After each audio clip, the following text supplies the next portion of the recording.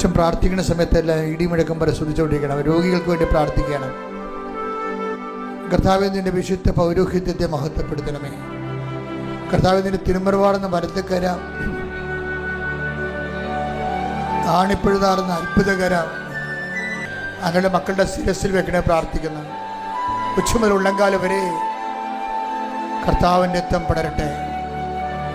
എല്ലാ കൊശങ്ങളിലും പേശികളിലും കർത്താവിൻ്റെ രക്തം പടരട്ടെ. കർത്താവേ, കരൾ രോഗികളെ സ്പർശിക്കണമേ. കർത്താവേ, സ്പൈനക്കോഡിന് അസുഖമുള്ളവരെ, സ്പിൻകടത്തിന് വേദനയുള്ളവരെ, സിസ്റ്റുള്ളവരെ, മുഴകളുള്ളവരെ കർത്താവേ സ്പർശിക്കണമെന്ന് പ്രാർത്ഥിക്കുന്നു. കണ്ണിന് കാഴ്ച കുറവുള്ളവരെ സ്പർശിക്കണമേ. കർത്താവ്, മൂക്കിന് ഇൻഫെക്ഷൻ ഉള്ളവരെ സ്പർശിക്കണം പ്രാർത്ഥിക്കുന്നു. ചെവി കേൾവി കുറവുള്ളവരെ സ്പർശിക്കുന്നു. തൊണ്ടയിലെ വേദനയുള്ളവരെ,